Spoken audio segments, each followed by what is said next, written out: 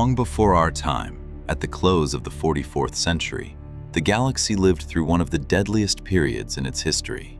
The Centaur War set most of the inhabited worlds ablaze and claimed millions of lives. After 10 years of fighting, with no end in sight, the two sides struck an accord and founded the Galactic Alliance, an interstellar government charged with ruling the greater part of the systems. They made Vivers its capital, an administration that brought every army under a single command. The old capitals and their governments became prefectures, and to keep the peace, wherever a monarchy still stood, the sovereign was left on his throne. He remained the face of power, but no longer held its reins. If this new order brought peace, it did nothing to mend the cracks the war had left behind. Across the galaxy, entire cities had been destroyed, land poisoned, unfit for farming. Planets that had taken millennia to grow were ravaged beyond repair. On some, so many had been sent to fight that only children were left to fight on. Whole reaches of space had become graveyards of ships spanning thousands of kilometers, their wrecks the tombs of millions of souls. And in the cities that it held, riots raged, hunger, and no one left to enforce the law. They had survived the war only to die in their own streets. Everything had to be rebuilt, the cities, the bonds between worlds, but above all, the souls.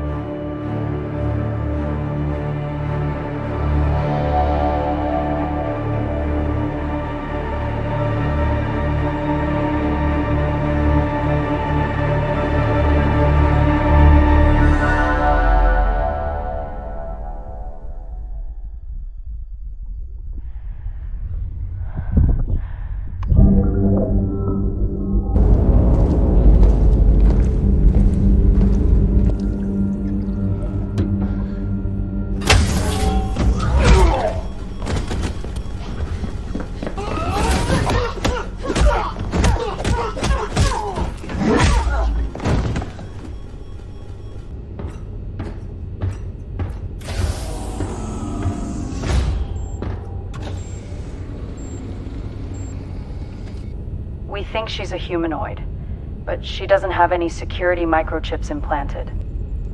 Well, I know someone who'll be interested. Inform the crew. Lay in a course for Vivers. All hands, immediate departure. Course set for Vivers. Stand ready. Back on the account.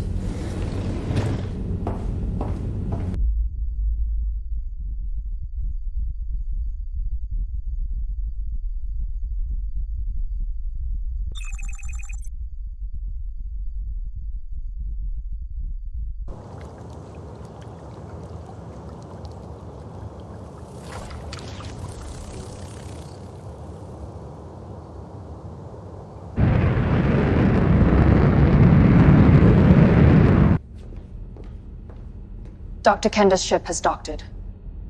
Very well. I will welcome him.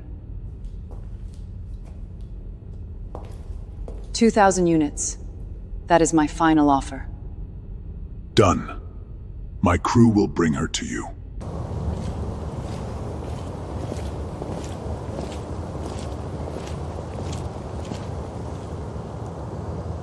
Welcome, Dr. Kenda. I'm Director Iskar. I hope your journey went well. Your quarters are ready, and our teams await you. The director doesn't trust Dr. Kenda. She wants her watched around the clock, her and her whole team. And alert security control. All her communications are to be monitored, inside the center and anything she sends beyond its walls.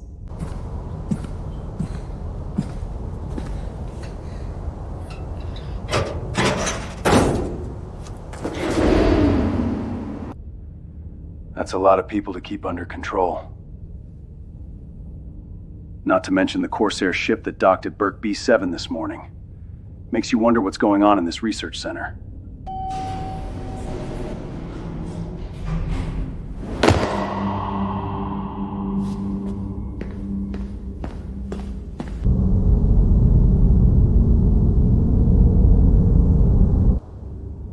Now that we've dropped off the redhead, what's keeping us?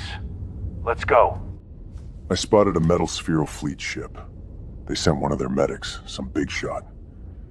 I sent Lonia to dig around, see if she can grab us some intel to sell.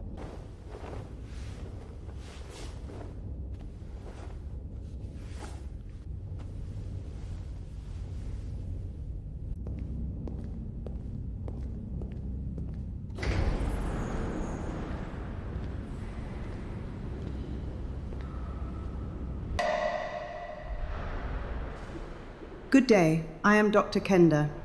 From now on, I will be overseeing this research center. You have been gathered for a Level 1 mission, one that must remain confidential.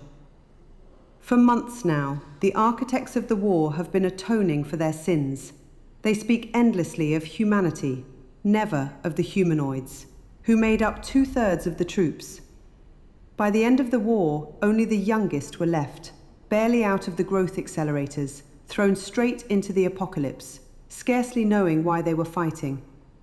I warned them, more than once, of the danger of the humanoids' unchecked population growth during the war. But no one listened.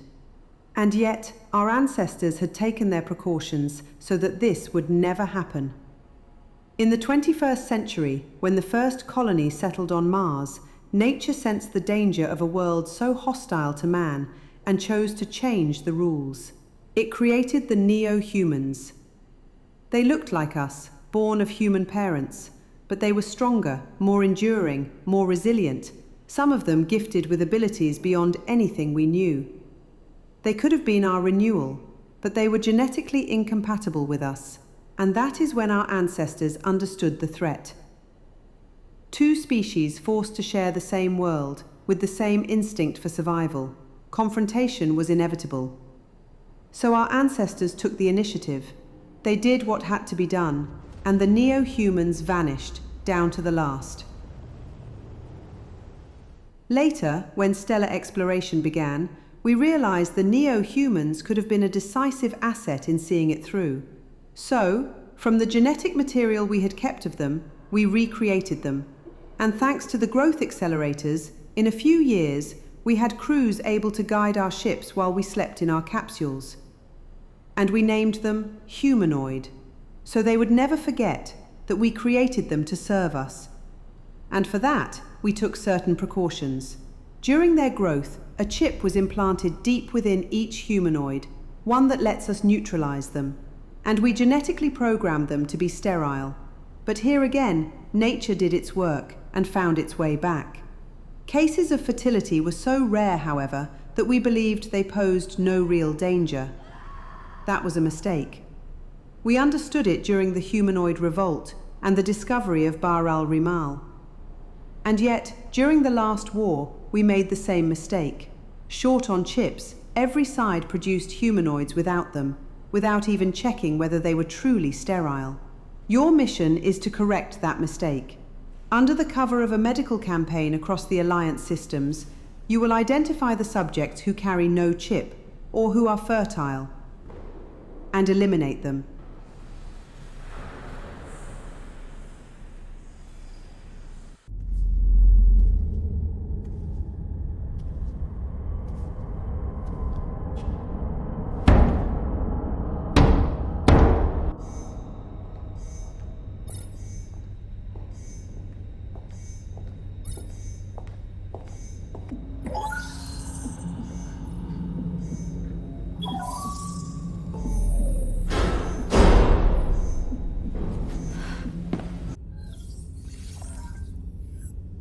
We spotted this woman. She was in tears after learning the true purpose of their mission. Good work. Take 2 guards and bring her to District 21. The Internal Security Director Tuity will know what to do with her. I've got everything we need. With what I found, we're gonna rake in a ton of units. And I'll tell you what, that place is run by a bunch of sick freaks. The Redhead's in for a world of hurt. This new Galactic Alliance? A sham. The corporations just slapped on a new name to lock in their power. Totalitarian, top to bottom.